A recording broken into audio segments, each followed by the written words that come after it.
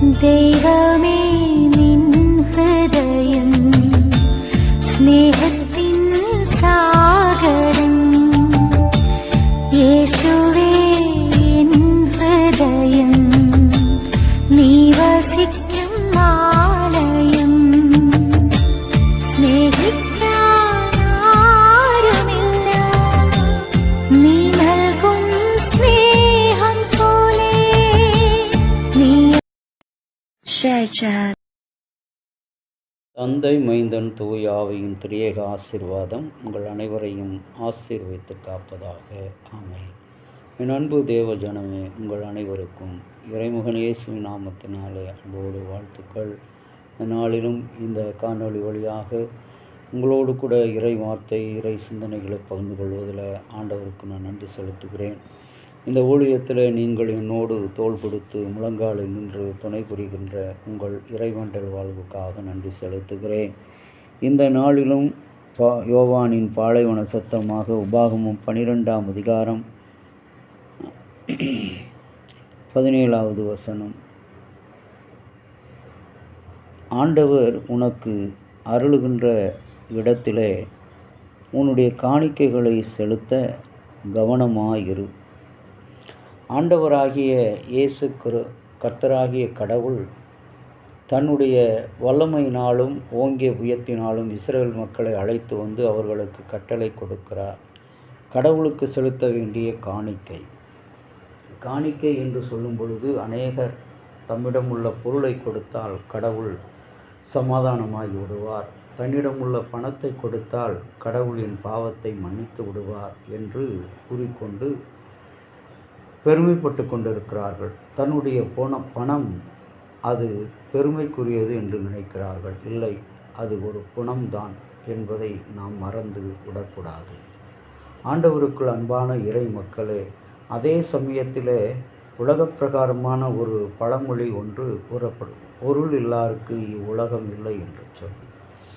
ஆகவே பொருள் எந்த ஒரு மனிதரிடம் இல்லையோ அவர்கள் உறவினரால் வெறுக்கப்படுகிறார்கள், சமுதாயத்தினரால் வெறுக்கப்படுகிறார்கள், நிர்வாகத்தால் ஒதுக்கப்படுகிறார்கள், ஆட்சியாளர்களால் வெறுக்கப்படுகிறார்கள். ஆனால் பணம் இருக்கின்றவர்களை தவறு மேல் தவறு செய்தாலும் தண்டனை இல்லாதபடி அவர்களை ஆண்டவராகிய கடவுள் உடைய சமூகத்திலே இந்த நாளிலே அவர் வெறுக்கின்ற ஆண்டவராக இருக்கிறார்.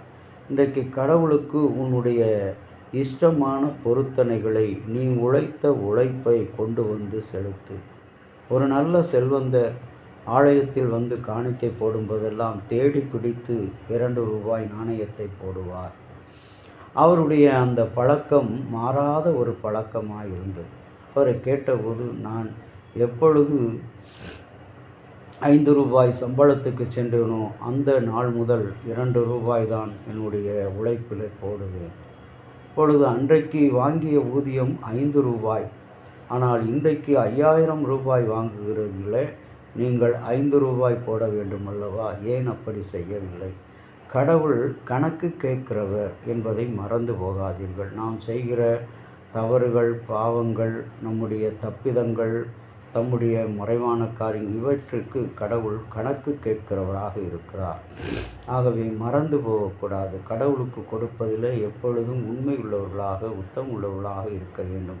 கடவுள் நமக்கு கொடுத்ததை அப்படியே கொடுக்கின்றவர்களாக இருக்கிறோம். அள்ளி கொடுத்த, கொட்டி கொடுத்த ஆண்டவருக்கு நாம் அள்ளி கொடுக்க வேண்டும், கிள்ளி கொடுக்கக்கூடாது. இன்றைக்கு அநேகர் நம்முடைய பைகளிலிருந்தும் பர்சுகளிலிருந்தும் கிள்ளி கொடுக்கிறோம். அந்த கிள்ளி கொடுப்பதை கடவுள் வெறுக்கிறார். அவருக்கு நீங்கள் கிள்ளி கொடுக்கும்போது அவர் உங்களுக்கு எப்பொழுதும் தூரமாக நிற்கின்ற ஆண்டவராக இருக்கிறார். ஆகவே இந்த இஸ்ரவேல் மக்களை பொருத்தனை செலுத்தும்போது அவர்கள் விளைச்சலின் முதல் பலனையும், தன்னுடைய ஆடு மாடு கன்றுகளின் தலையீற்றையும், தன்னுடைய பிள்ளைகளையும் கர்த்தருக்கு காணிக்கையாக கொடு.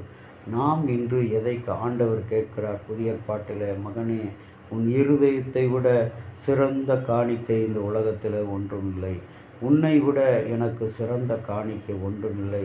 ஆகவே நீ உன்னை எனக்கு காணிக்கையாக கொடு என்று அங்கே எச்சரிக்கிறார். அவர் கேட்பதை நோக்கி இந்த உலகத்தில் நாம் ஆண்டவருக்காக எத்தனையோ மக்களுக்கு நாம் கடனாளியாக இருந்தாலும் கூட கடவுளுக்கு கடனாளியாக நாம் இருக்க இந்த நாளிலே நாம் கடவுளுக்கு கடனாளியாக இருக்க இந்த நாளிலே நாம் ஒப்பு கொடுக்க வேண்டும். ஆண்டவரே, நான் உனக்கு கொடுக்க வேண்டியதை கொடுக்காமல் மறைத்து விட்டேன், ஆகவே நான் கடனாளியாக இருக்கிறேன், நீ மன்னியும் என்று சொல்லி கேட்போமா? இரக்கமுள்ள கடவுளே, நீ கொடுத்ததிலிருந்து நாங்கள் அநேகத்தை மறைந்திருக்கிறோம், எங்களை மன்னிப்பீராக ராஜா. உமக்கு கொடுக்க வேண்டிய பொருத்தனைகளை, மன்னிப்பை, துதியை, ஆராதனையை, தோத்திரங்களை நாளில் கொடுக்க மறந்திருக்கிறோம், எங்களை மன்னியும். இன்று முதல் நாங்கள் உமக்கு ஏற்ற பலிகளை செலுத்த எங்களுக்கு கிருபை தாரும். இறைமகன் இயேசுவின் வழியாக வேண்டுகிறோம் நல்ல பிதாவே, ஆமென். தந்தை, மைந்தன், தூய ஆவியின் திரியேக ஆசீர்வாதம் உங்களோடு இருப்பதாக.